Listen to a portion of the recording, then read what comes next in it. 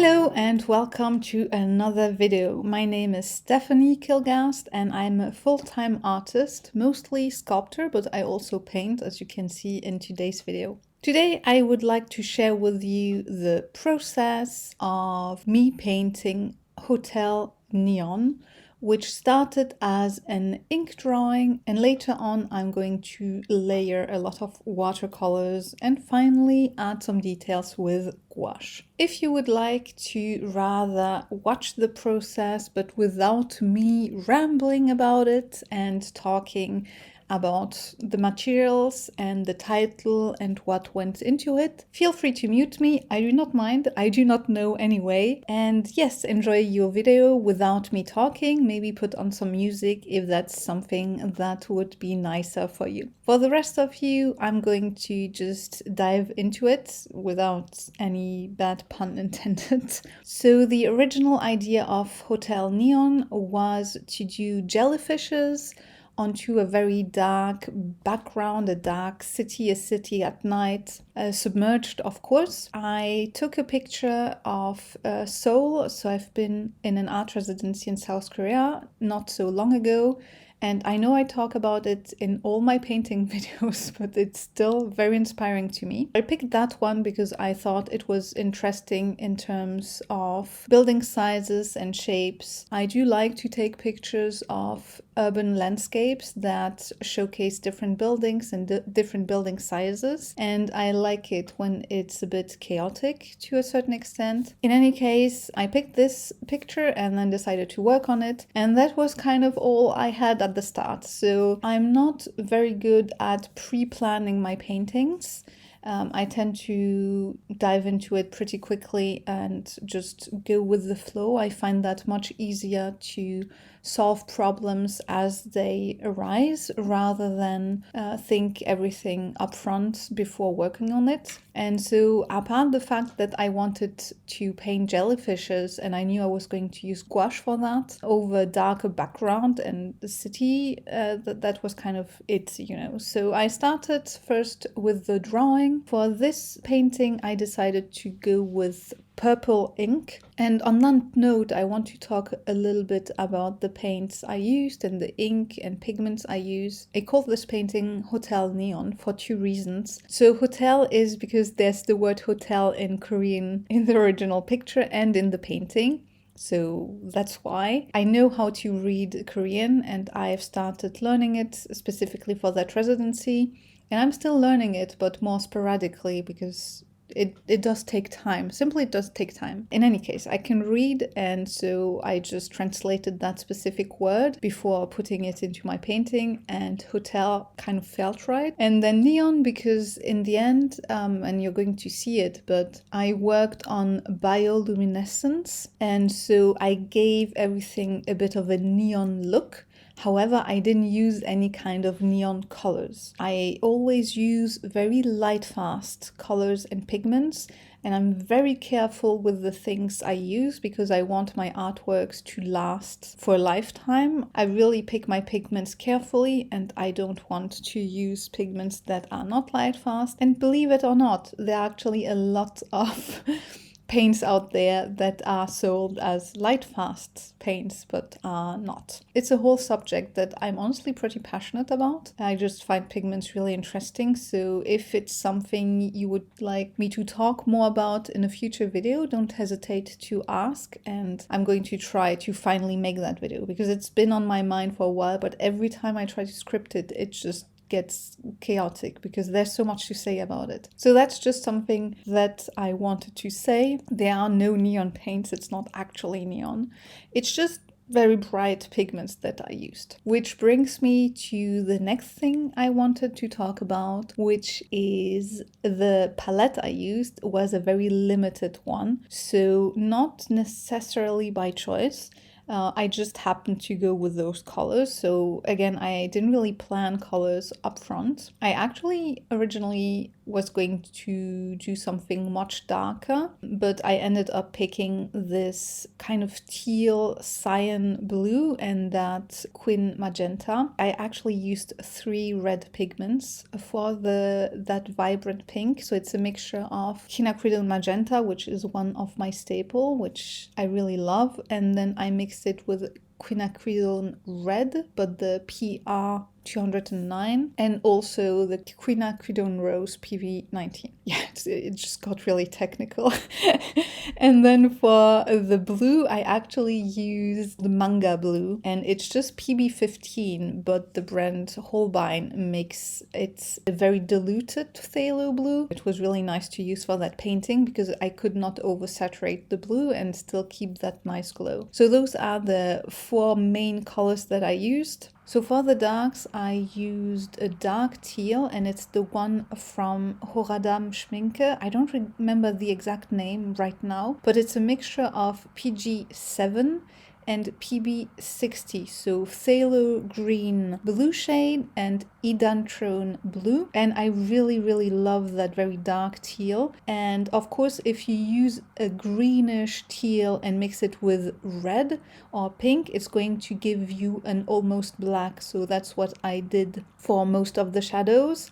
And I also used a perylene violet to kind of mute the blacks and the pinks down when I need it. So those are the 2 dark shades that I clearly remember, and I don't think I've used anything else. I ended up having a pretty limited palette for this painting, which I always kind of enjoy, to pick out a few colors and then work just with those instead of working with 1,000 colors. I realize the more I paint nowadays, the more I select a bunch of colors for specific painting. So I do have favorites, and when I travel, I always have the same set of 12 colors.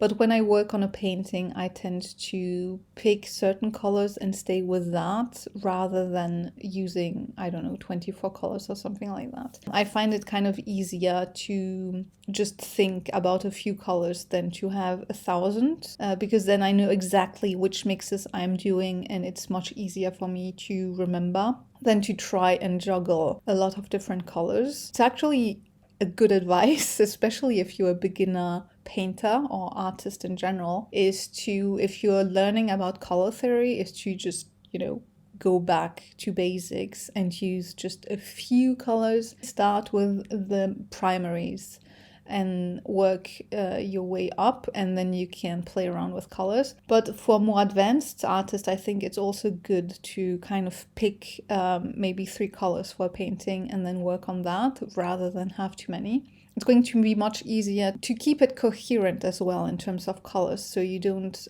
end up with too many color mixes. So I think that's actually quite interesting as well. But yeah, there are no rules. I've done painting where I've used up to 20 different colors. So I'm not saying you have to do it that way, but I realize I kind of like it. I've been enjoying that way of working more and more, so that's why I wanted to take the time and discuss it a bit with you. I feel like there are many ways to make a painting coherent in terms of colors, and limiting your palette is one of those techniques, but again, it's just so much easier on your mind because you know exactly what you're doing. The less distractions you have around the painting, the easier it's going to be to make proper decisions for your painting, and your materials are not going to get in your way. And I know nowadays it's very common for anyone really, but for beginners, to buy those huge 48 color sets and things like that. But I think it's really counterproductive for any beginner artist, because if you don't learn color theory, then you're going to feel stuck. It's just so distracting to have that many colors to work with. I've tried, because I have collected a few colors over the years out of interest for pigments. I have a lot of monopigmented colors because I wanted to see how they behave and how they work, especially in watercolors, because it's a medium that with the water you can have drastically different results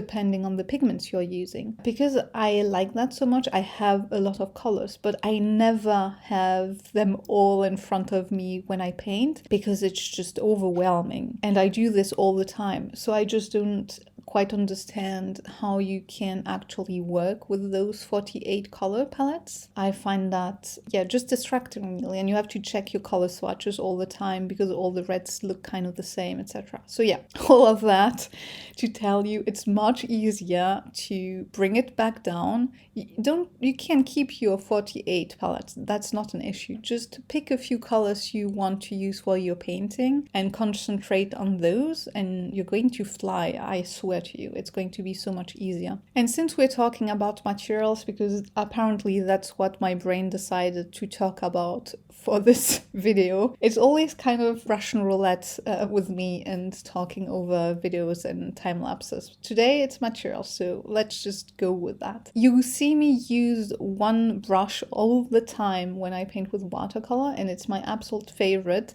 So the brush I use the most is the Escoda Perla in 10. I really like that brush. Although right now in the video you see me use another brush because I'm using acrylic gouache right now to do the jellyfish on top of the watercolor. And that brush is from Rosemary & Co.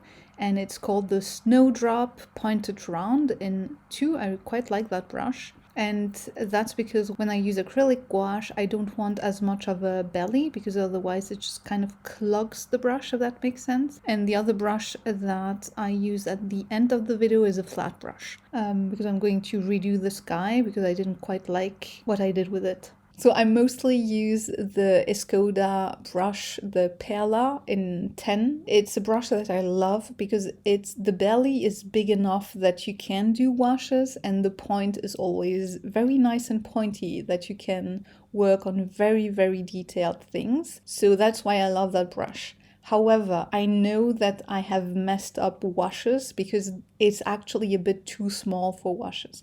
I have proper brushes for washes, for watercolor washes that are thicker and bigger, but I'm too lazy, I think, to get them out, and I tend to then save the painting in the end if a watercolor wash doesn't look quite right, and I just go back with gouache. But that's something that you want to not do. Just because I use just one brush for the whole painting, I don't think that's a very good example of how you should work. Use more brushes if you have more. I think 2 is a good start. Honestly, the Escoda Perla in 8 or 10 is a great brush. I don't think I would need any other brush for my watercolor paintings. And then a good bigger brush specifically for washes.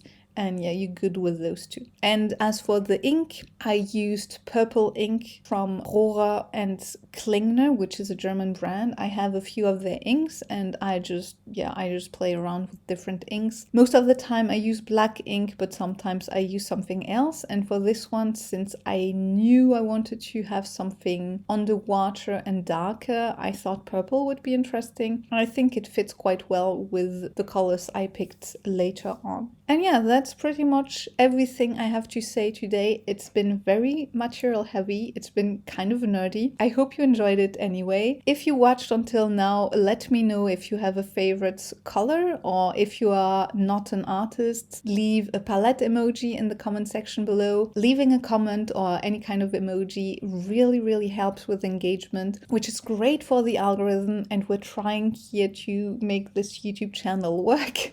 Thank you so much for staying with me until the end of this video. I wish you a pleasant day, week, weekend, and I really hope to see you in my next video. Bye!